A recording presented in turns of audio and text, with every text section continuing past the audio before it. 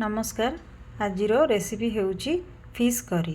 एठी मु मसला पाई अदा रसुण 10 रु 15 कली बड़ पियाज टिए 5टी सुखिला लंका नेइछि। पैन टी गरम होई गेला परे लूण हळदी देई गोळै रखी थिबा माछो को मु एठी भाजी नेबी। माछो को एपट सेपट करी भलो करी भाजी नेला परे एही परी गोल्डन ब्राउन होई गले माछो को पैन रु आमे काढ़ी नेबा।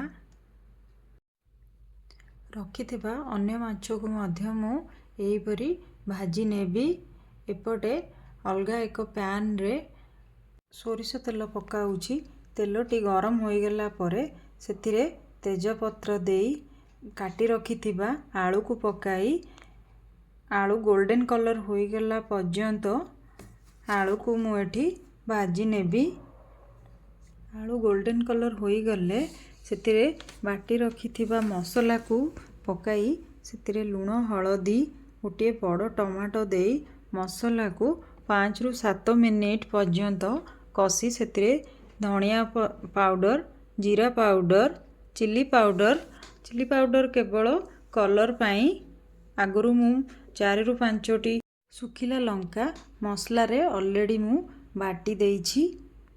एठी मु सबु मसला को पकेला परे 10 मिनिट पर्यंत भलो करी मसला को मु कसी नेबी।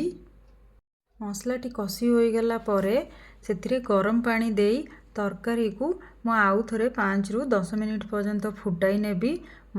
तरकारी फुटी गले भाजी रखी थिबा माछो को पकाई आउ 5 रु 7 मिनिट पर्यंत तरकारी को मु फुटाई नेबी।